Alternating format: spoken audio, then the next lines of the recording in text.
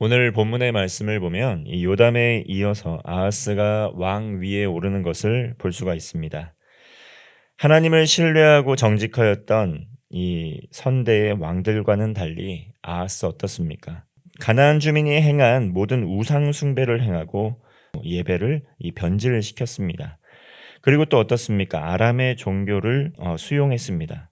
정치적으로는 아수르를 또 의지를 했고 또 원조를 구합니다. 결국 아람과 북이스라엘의 위협에서 벗어나기는 하지만 이 아수르에게 다시 속박당하고 장악당하는 것을 볼 수가 있습니다. 하나님을 불신하고 우상 숭배라는 악을 저지르고 또 영적으로나 정치적으로나 분별력을 상실한 이 리더십, 이 아하스 왕을 통해서 남유다도 함께 이 잘못된 길로 계속해서 나아가는 것을 볼 수가 있습니다. 제사장도 분별력을 잃어버리고 또 백성들도 왕을 따라 그저 우상 숭배의 길로 그대로 순종하며 나아가는 것을 볼 수가 있는 것입니다. 요담에 이어 아하스가 왕이 됩니다. 이 오늘 본문은 이 아하스가 어떤 왕이었는지 정확하게 평가를 하고 있습니다. 2절의 말씀입니다. 아하스가 왕이 될 때에 나이가 20세라 예루살렘에서 16년간 다스렸으나 그의 조상 다윗과 같지 아니하여 그의 하나님 여호와께서 보시기에 정직히 행하지 아니하고 이 그의 조상 다윗과 같지 않았다. 다윗이 어떤 사람이었습니까? 하나님과 마음이 합한 자, 늘 하나님을 옆에 모셔드리고 하나님의 뜻을 구하기에 힘을 썼던 사람 다윗이었습니다. 때로는 하나님 앞에 크게 범죄하기도 했지만 그 범죄함의 길에서 속히 또 회개하였던 하나님의 사람이었다는 것입니다. 그의 길로 행하지 않고 여호와 보시기에 정직히 행하지 아니하였다. 이렇게 평가합니다. 악한 길로 나아갔다라는 것이죠. 3절 말씀을 보면 이스라엘의 여러 왕의 길로 행하며 또 여호와께서 이스라엘 자손 앞에서 쫓아내신 이방 사람의 가증한 일을 따라 자기 아들을 불 가운데로 지나가게 하며 이스라엘에는 단 한 명의 이 정직한 왕, 선한 왕도 없었습니다. 모두 악한 왕이었는데 그 악한 왕들이 걸어갔던 그 길로 행했다. 이렇게 이야기합니다. 그리고 이스라엘 자손 앞에서 쫓아내셨던 이방 사람의 그 가증한 일, 우상 숭배를 따라서 자기 아들을 불태우는 인신 제사를 했다라고 이렇게 성경은 증거하고 있습니다. 이 생명의 주권은 누구에게 있는 것입니까?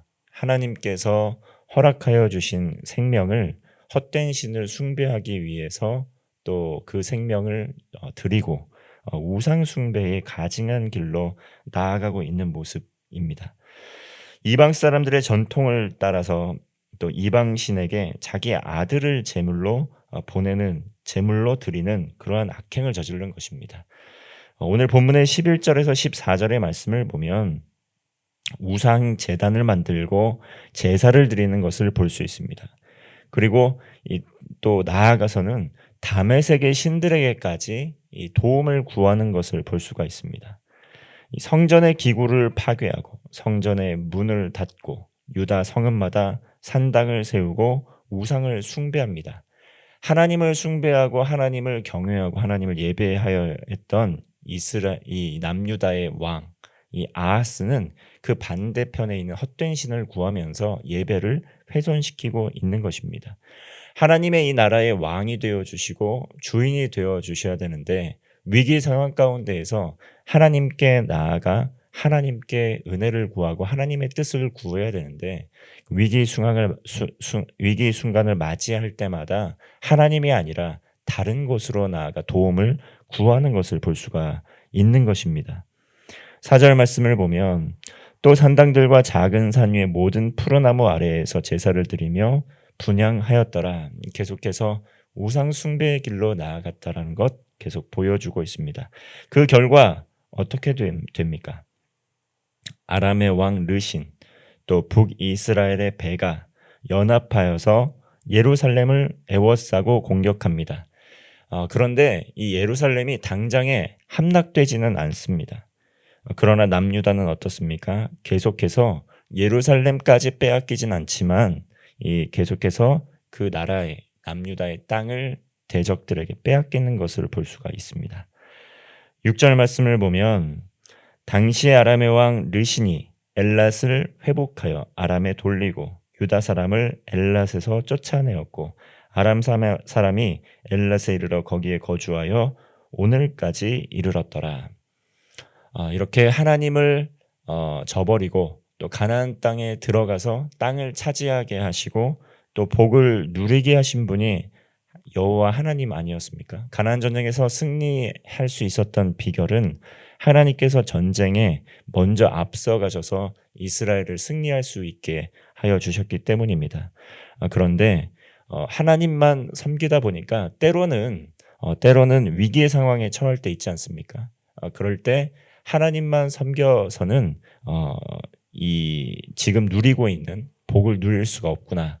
그러한 믿음과 확신을 가지고 주변에 있는 이방 신들을 의지하기 시작했다라는 것입니다.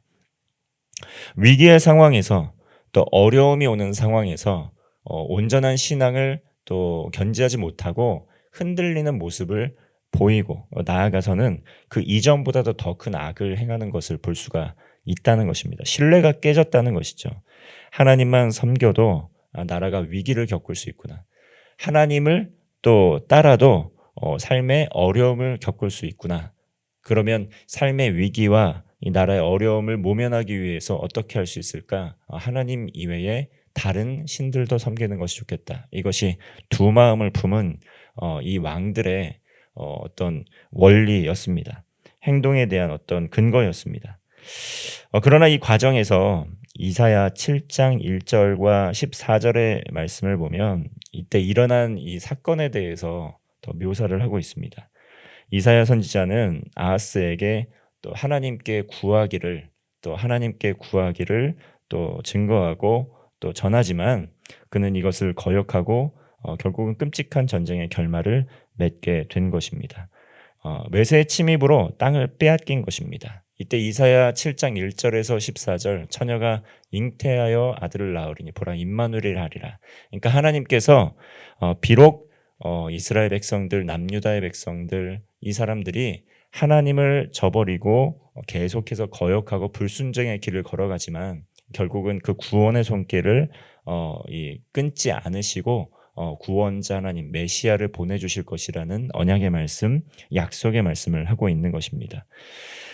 이 아하스 왕 결국은 하나님을 의지하고 하나님만 섬기는 삶을 선택하기보다는 이 주변의 강대국을 의지하기 시작합니다.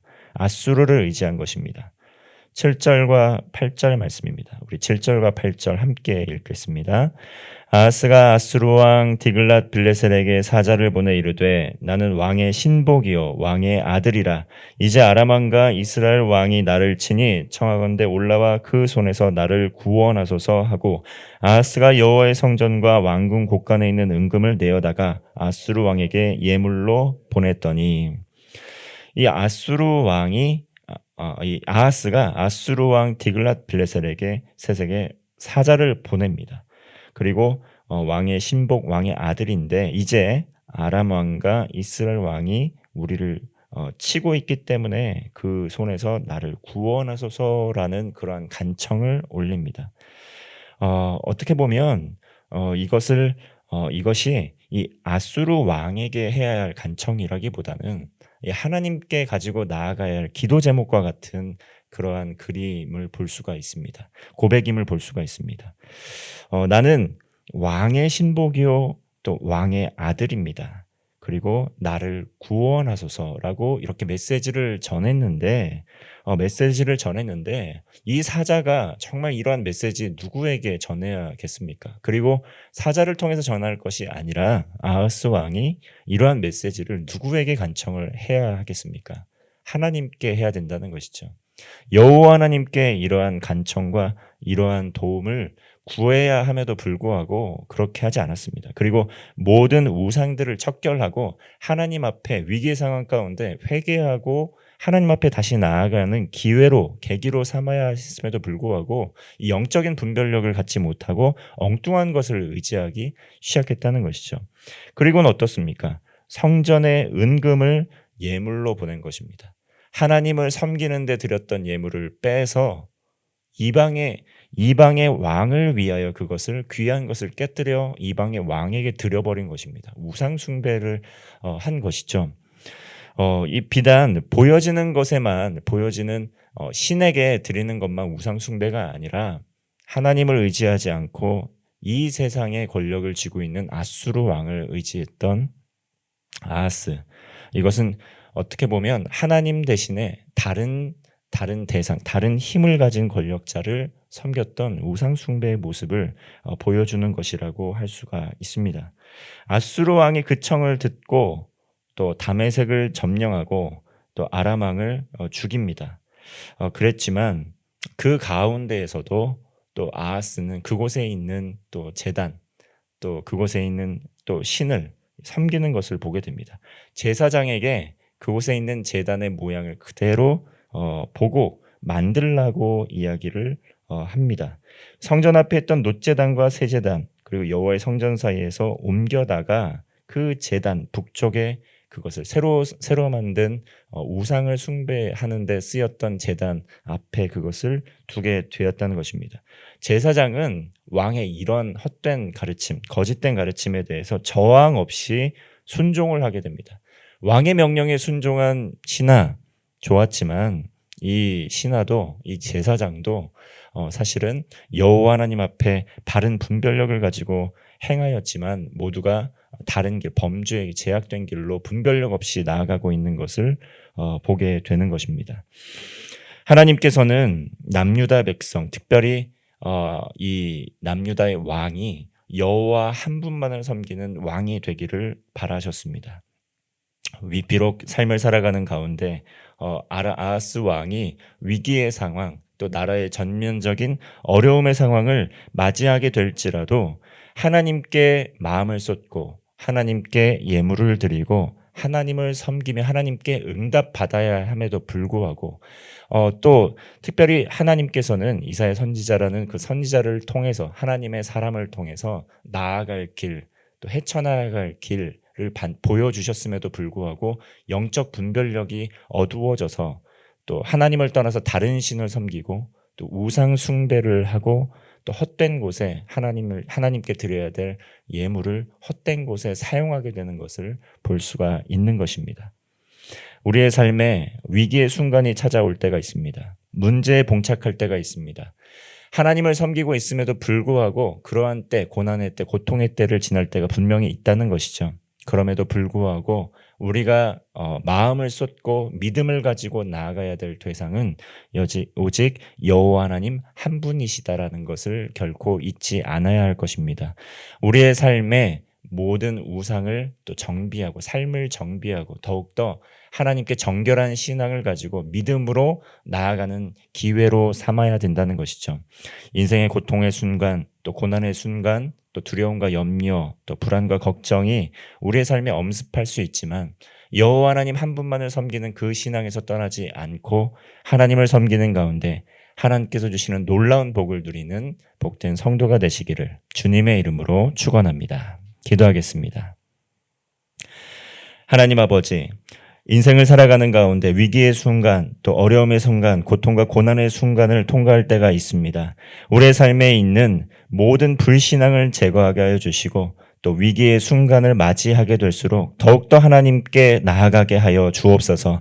하나님 한 분만을 섬기게 하여 주시고 하나님께 구하게 하여 주시고 하나님을 우리의 왕으로 섬기며 우리의 모든 향유옥합 깨트려 하나님을 섬기는 귀한 하나님의 백성 되게 하여 주옵소서. 모든 삶에 있는 우상을 척결하게 하시고 그 어떠한 헛된 예배도 거부하게 하여 주시고 마음과 뜻과 정성을 다해 나아가 삶의 모든 자리에서 임마누엘 되시는 여호와 하나님과 동행하며 기쁨으로 살아가는 복된 성도의 삶 되게 하여 주옵소서.